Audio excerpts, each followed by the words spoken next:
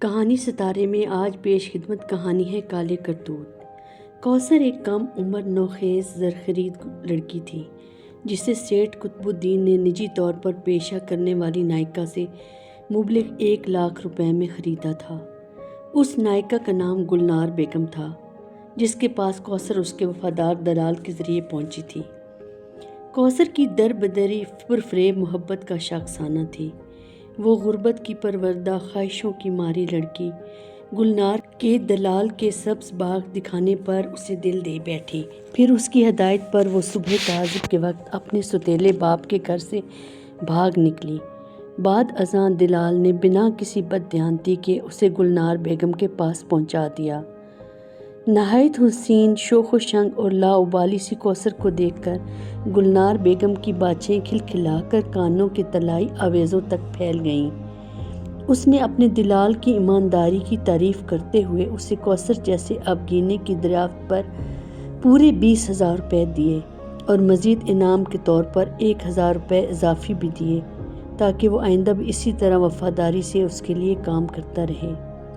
پھر دلال وہاں سے چلا گیا۔ ادھر کوثر کو جب اپنے عاشق کی بے وفائی کا پتہ چلا تو اس کے سارے سپنے کانچ کی مانند چکنا چور ہو گئے۔ اب وہ گلنار بیگم کے چنگل میں بری طرح پھنس چکی تھی جو پہلے حسین اور دلکش محبت کے سحر میں ہواؤں میں اڑ رہی تھی۔ گلنار بیگم کے پنجرے میں پھڑ پھڑانے لگی اور آئینی جالیوں کو جھنجھوڑنے لگی۔ گلنار بیگم کی سنگ دلی اور صفاکی اٹل تھی۔ اس کے زناٹے دار تھپڑوں نے کوثر کے ہوش اڑا دیے۔ اس کے پاس محض رونے دھونے کے سوا کوئی چارہ نہ تھا۔ گلنار بیگم برسوں سے نجی طور پر یہ جسمانی دھندا کر رہی تھی، اس لیے وہ اپنے کاروبار میں خاصی گاہک اور تجربے کار تھی۔ اس نے کوثر کی فطرت کو چند منٹوں میں ہی پرکھ لیا تھا۔ معصوم خد و خال اور بول چال میں بھول پن کے باوجود 15-16 برس کی کوثر کی حقیقت گلنار بیگم کی نگاہوں سے چھپ نہیں سکی تھی۔ وہ ایک رنگین مزاج اور ہلچل سے بھری لڑکی تھی۔ اس بات کا اندازہ کرتے ہوئے گلنار بیگم نے فیصلہ کیا کہ وہ کوثر کو شمع محفل بنا کر اپنے گاہکوں کے عیش کا اہتمام کرے گی۔ اس کے بعد وہ اسے رقص و نشاط کے طور طریقے اور آداب سکھانے کے غرض سے کوثر کی تربیت کرنے لگی۔ اس کام میں 1 ماہ گزر گیا۔ ابھی کوثر کی تربیت میں کچھ کسر باقی تھی کہ شہر کے معروف تاجر سیٹھ قطب الدین کا پیغام گلنار بیگم تک پہنچ گیا اور وہ اگلی شام اس کے بنگلے نما اڈے پر آ گئے۔ سیٹھ صاحب کی عمر 60 کے پیٹے میں تھی۔ انہوں نے 2 شادیاں کی تھیں۔ ان کی پہلی بیوی چند برسوں میں ہی داغ مفارقت دے گئی جبکہ دوسری اولاد نہ ہونے کے باعث ان کا ساتھ چھوڑ گئی۔ اس لیے ازدواجی ملان کی تسکین کی غرض سے سیٹھ قطب الدین ہفتے میں 1 بار گلنار بیگم کے بنگلے کا رخ کرتے اور صبح ہوتے ہی وہاں سے نکل آتے۔ اس بار سیٹھ صاحب جب بنگلے کے ہوادار اور وسیع لاؤنج میں داخل ہوئے تو گلنار بیگم کے ہمراہ کھڑی نوخیز کوثر کے خوبصورت اور دلکش سراپے کو دیکھ کر ان کی آنکھیں چندھیا گئیں۔ ان کے سن رسیدہ وجود میں جوش الفت سے خون سنسنانے لگا۔ ادھر گلنار بیگم جو سیٹھ صاحب کے پے در پے احسانات سے ان کی نیاز مند اور مرید ہو چکی تھی، ان کے دل کے اتھل پتھل ہونے کا اندازہ لگا چکی تھی۔ یہ کوثر کی خوش قسمتی تھی کہ وہ بھانت بھانت کے سڑے مزاج گاہکوں کے ہاتھوں لٹنے پٹنے سے بچ گئی۔ سیٹھ قطب الدین نے قیمتاً اسے 1,00,000 روپے کے عوض گلنار بیگم سے خرید لیا اور اپنی کوٹھی میں لے آئے۔ کوثر کا سودا سیٹھ صاحب اور گلنار بیگم کے درمیان خفیہ طریقے سے ہوا تھا۔ سیٹھ قطب الدین طبعاً مہربان اور فراخ دل انسان تھے۔ دولت کی فراوانی اور بے فکری کی وجہ سے ان کی صحت 60 برس ہونے کے باوجود قابل رشک تھی۔ وہ محض 45-50 کے درمیان کے دکھائی دیتے تھے۔ زرخریدی کے وقت سیٹھ قطب الدین نے نوٹوں کی گڈیاں گلنار بیگم کو تھماتے ہوئے چند شرائط کا پابند کیا تھا جو سراسر کوثر جیسی الہڑ مزاج لڑکی کے فائدے میں تھی۔ سیٹھ صاحب کی شرائط کے مطابق اڈے سے جانے کے بعد گلنار بیگم کا کوثر سے ہر تعلق ختم ہوگا۔ دوئم، سیٹھ صاحب کوثر کو منقوہ کی حیثیت سے عزت دینا چاہتے تھے، اس لیے گلنار بیگم زرخریدی کے اس سودے کو ہمیشہ راز میں رکھیں گی۔ اور آخری شرط گلنار بیگم کے لیے یہ تھی کہ وہ اپنے بنگلے کو بیچ کر دوسرے شہر شفٹ ہو جائے گی، جس کے لیے سیٹھ قطب الدین ہر قسم کا اس سے تعاون کریں گے۔ گلنار بیگم نے کسی حیل و حجت کے بغیر ان کی تینوں شرائط کو سر تسلیم خم کے مصداق قبول کیا تھا۔ سیٹھ قطب الدین نے حفظ مقدم کے خیال سے یہ شرائط رکھی تھیں۔ ان کو فکر تھی کہ ان کی شہرت کو کوئی نقصان نہ پہنچے۔ الغرض دوشیزگی کے نوخیز بھولپن سے گمسم چلتی ہوئی کوثر سیٹھ صاحب کے ساتھ ان کی پرشکوہ کوٹھی میں چلی آئی۔ یوں اگلے چند روز میں ایک مختصر و سادہ تقریب میں کوثر کا نکاح ہوا اور وہ شرعی طور پر سیٹھ قطب الدین کے عقد میں آ گئی۔ کوثر تقریباً 6 ماہ تک سیٹھ صاحب کے ساتھ رہی اور یہ دن سیٹھ قطب الدین کے لیے زندگی کے سب سے رنگین اور یادگار دن تھے۔ سیٹھ قطب الدین کی ازدواجی رفاقت میں کوثر ہر لحاظ سے کھل تو چکی تھی، لیکن اب وہ عمر رسیدہ سیٹھ صاحب کی ذاتی کمزوریوں کو کسی مکار لومڑی کے مانند زیر کر رہی تھی، ان کی شخصی خامیوں کو گرہ میں باندھ رہی تھی تاکہ موقع ملتے ہی ان سے فائدہ اٹھا سکے۔ در حقیقت کوثر جب سے سیٹھ قطب الدین کے عیش و نشاط کے تالاب سے ڈوب کر ابھری تھی تو اس کی مخبور نگاہوں میں محض سفلی نفسانی خواہش کا احساس چھایا ہوا تھا۔ نوخیز کلی کی مانند کوثر کے لیے یہ سب سے انوکھا اور منفرد تجربہ تھا۔ دبلی پتلی اور لمبے قد کی مالک کوثر اپنی حیوانی جبلتوں سے آشنا ہونے کے بعد کسی شریر تتلی کی مانند سیٹھ قطب الدین کے ارد گرد منڈلاتی رہتی۔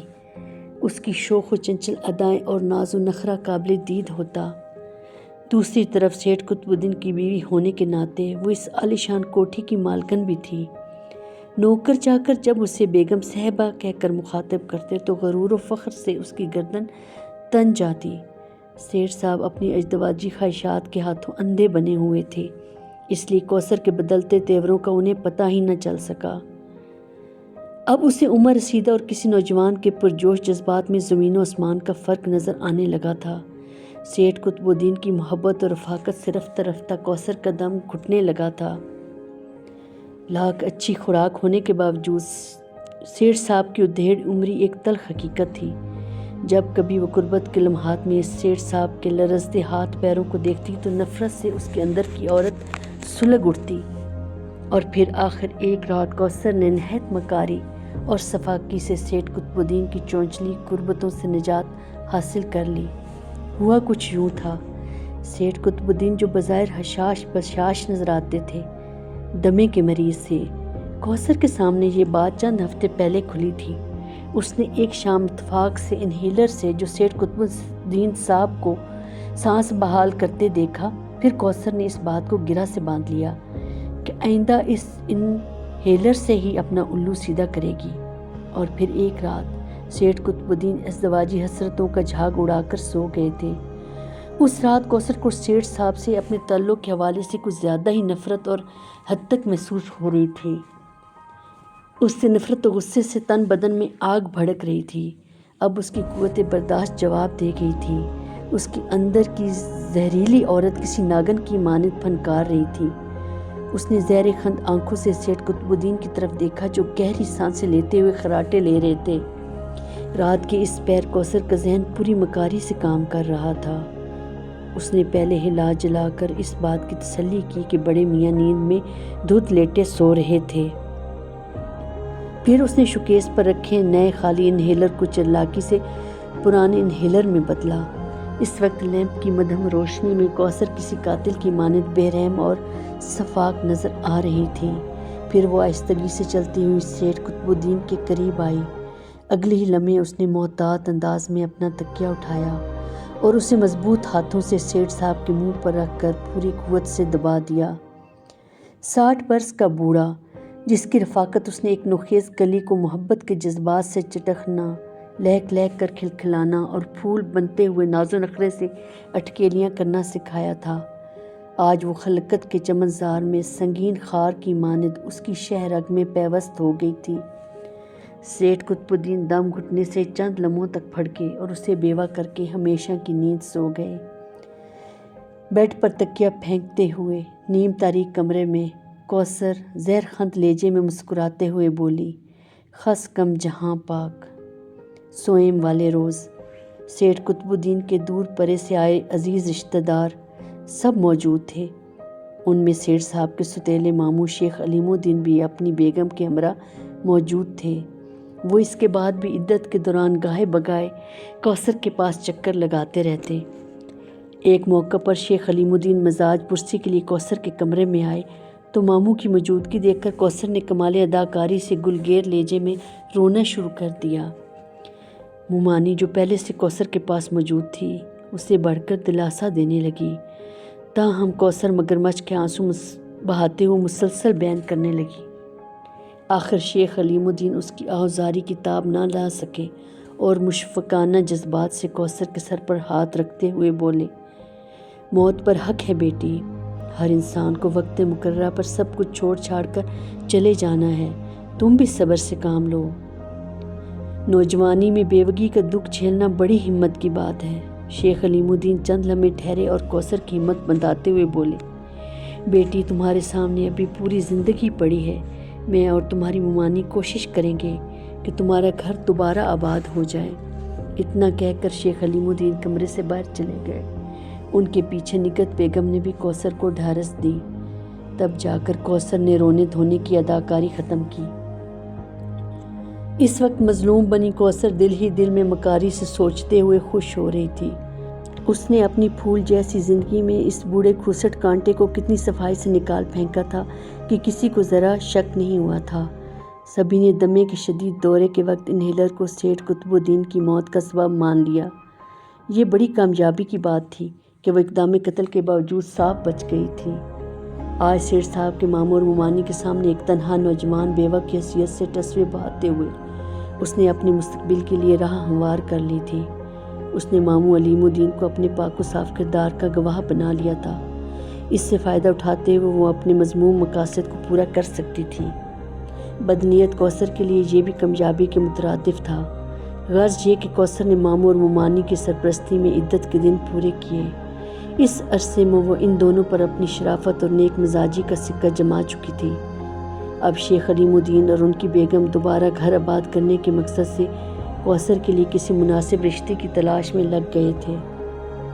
ادھر مرحوم سیٹھ صاحب کی وصیت کے مطابق کوثر ان کی جائیداد کی واحد وارث بن چکی تھی۔ وکیل صاحب کے چلے جانے کے بعد بھی وہ اپنی کامیابی کے نشے میں ڈوبی رہی۔ پھر اسی دوران وہ ذرا چونکی۔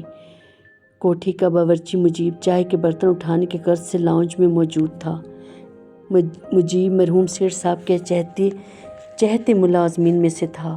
اس کی عمر 30 کے لگ بھگ تھی۔ سانولا رنگ اور کھڑے ناک نقشے سے وہ پرکشش دکھائی دیتا تھا۔ اس لمحے کوثر کے چونکنے کی وجہ یہ تھی کہ مجیب برتن اٹھاتے ہوئے اسے ہوسناک نگاہوں سے گھور رہا تھا۔ پہلے بھی چند ایک مرتبہ کوثر اسے نظروں سے تاڑتے ہوئے دیکھ چکی تھی۔ اب کی بار کوثر نے ایک مخصوص چمک سے بھری آنکھوں سے مجیب کی نظارگی کا جواب دیا، لیکن مجیب پرشوق نظروں سے اسے متواتر دیکھتا رہا۔ اس وقت دعوت گناہ میں محض کوثر کے اشارہ و آبرو کی دیر تھی، تاہم وہ احتیاط پسندی سے سوچ رہی تھی۔ وہ جلد بازی اور اندھے بھروسے میں کسی مصیبت میں پڑنا نہیں چاہتی تھی۔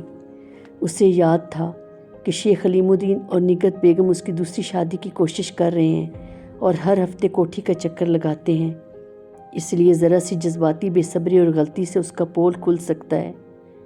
یہ سوچ کر کوثر نے اپنے جذبات پر قابو پایا اور مجیب کو ناگواری سے ڈانٹتے ہوئے بولی، ارے میری شکل کیوں گھور رہے ہو؟ لگتا ہے تمہاری چھٹی کرنی پڑے گی۔ جی معاف کرنا بیگم صاحبہ، آئندہ گستاخی نہیں کروں گا۔ مجیب نے خجالت سے ہاتھ جوڑتے ہوئے معافی مانگی۔ اچھا اب سر میں درد مت کرو اور یہاں سے دفع ہو جاؤ، کوثر نے بیزاری سے چڑھتے ہوئے کہا۔ تو جواباً مجیب منہ دبائے خاموشی سے لاؤنج سے 9:11 ہو گیا۔ اب کوثر آئندہ کے لیے منصوبہ بندی کر رہی تھی۔ اس نے کافی سوچ بچار کے بعد فیصلہ کیا کہ سب سے پہلے سیٹھ قطب الدین کے ماموں اور مومانی کی مداخلت کی روک تھام کا بندوبست ہونا چاہیے، کیونکہ ان کی ہفتہ وار گشت سے کوثر کو دھڑکا لگا رہتا تھا۔ وہ دن بدن ذہنی تناؤ سے دوچار رہنے لگی تھی، اس لیے اس نے یہی سوچا کہ پہلے سیٹھ صاحب کی کوٹھی اور اس کے کاروباری معاملات کو دیکھے گی۔ اتنا سوچ کر وہ سرگرم عمل ہو گئی۔ اس ہفتے کوثر نے ماموں اور مومانی کے جوش و خروش کو مکر و فریبی سے جھاگ کی ماں نے یوں بٹھا دیا کہ سانپ بھی مر گیا اور لاٹھی بھی نہ ٹوٹی۔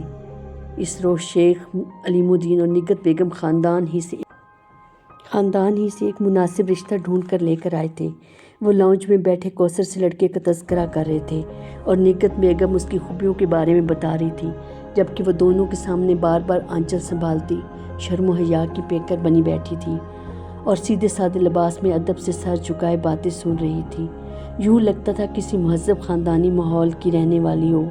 ماموں اور مومانی اپنی گفتگو مکمل کر چکے تو کوثر نے حیا آمیز لہجے میں بولی، ماموں میں آپ کی احسان مند ہوں۔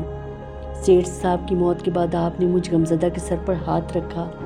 پھسلتے آنچل کو سنبھالتے ہوئے وہ چند لمحے ٹھہری۔ کوثر تعلیمی لحاظ سے مڈل پاس تھی، تاہم سیٹھ قطب الدین کی رفاقت میں وہ بول چال اور رکھ رکھاؤ میں خاصی مہارت حاصل کر چکی تھی۔ وہ پر اعتماد لہجے میں دوبارہ بولی، آپ دونوں میری زندگی کو دوبارہ خوشیوں سے آباد کرنا چاہتے ہیں، لیکن ماموں، وہ کہتے کہتے پھر جھجک کر رک گئی۔ لیکن کیا بیٹی؟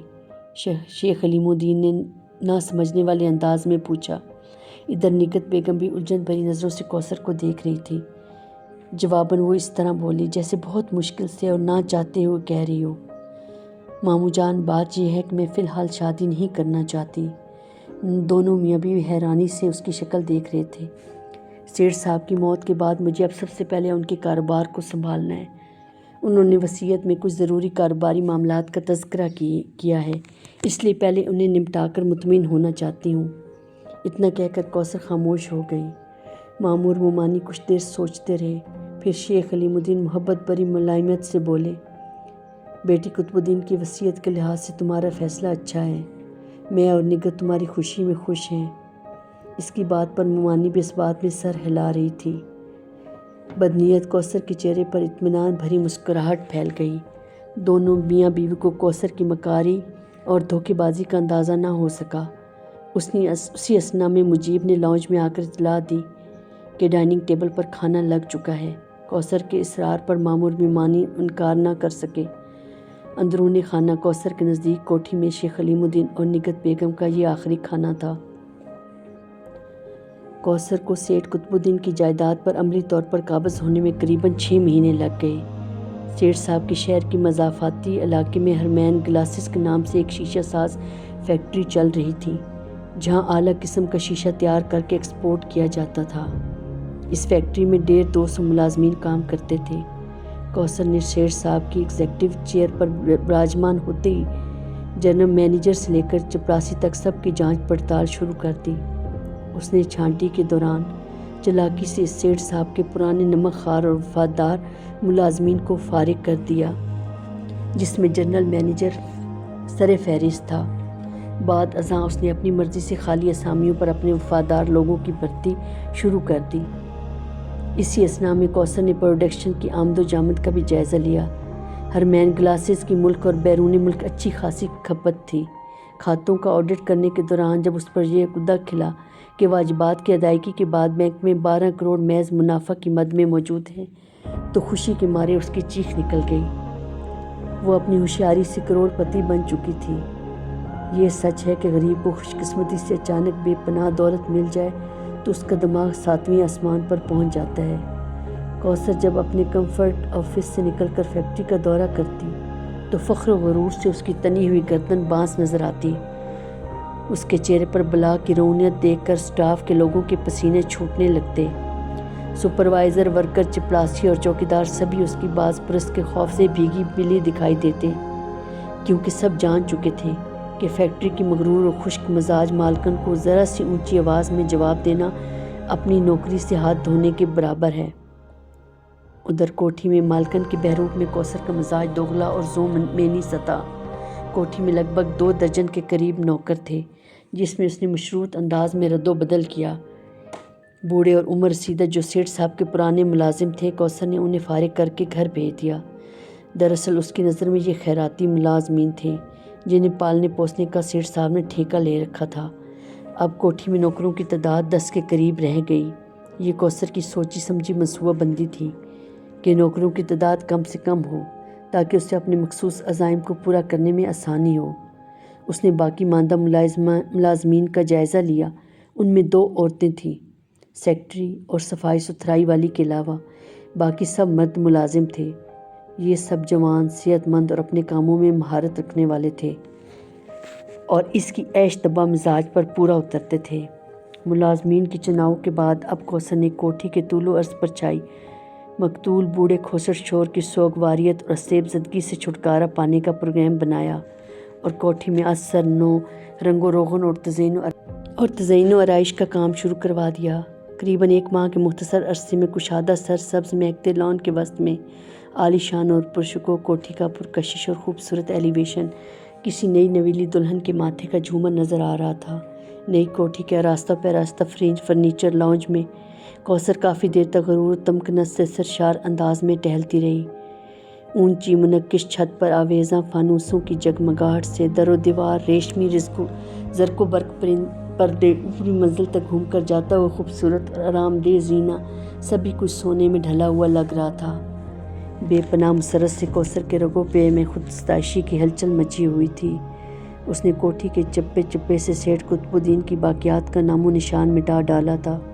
اب وہ تنہا اور یکتا اس وسیع و عریض اور پروقار کوٹھی کی حکمران تھی۔ اپنی شان و شوکت کی دھاک بٹھانے کے لیے اس نے ایک شاندار پارٹی کا اہتمام کیا جس میں ہر مین گلاسز کے کاروباری کلائنٹس کو مدعو کیا گیا۔ ڈنر پارٹی میں اسٹاف کا عملہ پیش تھا۔ رنگ و نور سے جگمگاتی تقریب میں مالکن کی حیثیت سے اس بیوہ دوشیزہ کی آن بان قابل دید تھی۔ لمبا قد ہونے کے ساتھ سبز رنگ کی زرق برق ساڑی میں بہت پرکشش اور باوقار نظر آ رہی تھی۔ پارٹی میں موجود ہر شخص اس کی صلاحیتوں کی تعریف کر رہا تھا۔ یہ سچ تھا کہ سیٹھ صاحب کی موت کے بعد کوثر نے خاصی سمجھداری اور ہوشیاری سے فیکٹری کو سنبھالا تھا اور ذہانت و قابلیت سے کاروباری ساکھ کو خراب ہونے سے بچایا۔ تمام مدعوین اسے رشک و تحسین بھری نگاہوں سے دیکھ رہے تھے۔ اس کی پشت پر رنگ و نور سے جگمگاتی کوٹھی اس کی شان و شوکت میں اضافہ کر رہی تھی۔ یہ پرتعش پارٹی رات بھر چلتی رہی۔ پھر اگلے دن کوثر سورج ڈھلے سوتی رہی۔ اب معمول کے مطابق وقت گزر رہا تھا۔ کوثر کاروباری جھمیلوں کو نمٹا چکی تھی، اس لیے اس نے اپنی حسین زندگی کو رنگین بنانے کا ارادہ کیا۔ وہ پرتمکنت انداز میں لاؤنج میں داخل ہوئی اور صوفے پر براجمان ہو گئی۔ اس نے کچھ سوچتے ہوئے اپنے کمرے سے متصل لیبر روم سے سیکرٹری علینا کو بلایا اور ایڈمنسٹریشن کے اخراجات کا جائزہ لینے لگی۔ اسی دوران مجیب چائے کی ٹرے لیے لاؤنج میں داخل ہوا۔ کوثر نے اچٹتی نگاہ اس پر ڈالی اور دوبارہ سے اپنے کام کی طرف متوجہ ہو گئی۔ مجیب کے الفاظ سلام بیگم صاحبہ گویا اسے سنائی ہی نہیں دیے تھے۔ 10 منٹ بعد سیکرٹری واپس چلی گئی۔ ادھر باورچی بھی چائے رکھ کر کچن میں پلٹ گیا۔ چائے پیتے ہوئے کوثر کے ذہن میں جھماکہ ہوا۔ اس کی آنکھوں میں مجیب کی چور نظریں لمحہ بھر کے لیے گھوم گئی۔ وہ اب اپنے جذبات کی تسکین اور اپنی عیش پسندی سے لطف اندوز ہونے کے لیے بالکل آزاد تھی۔ چائے کی چسکیاں لیتے ہوئے مجیب کا سوچ کر اس کے ہونٹوں پر شریر اور ذوق مانی مسکراہٹ ناچنے لگی۔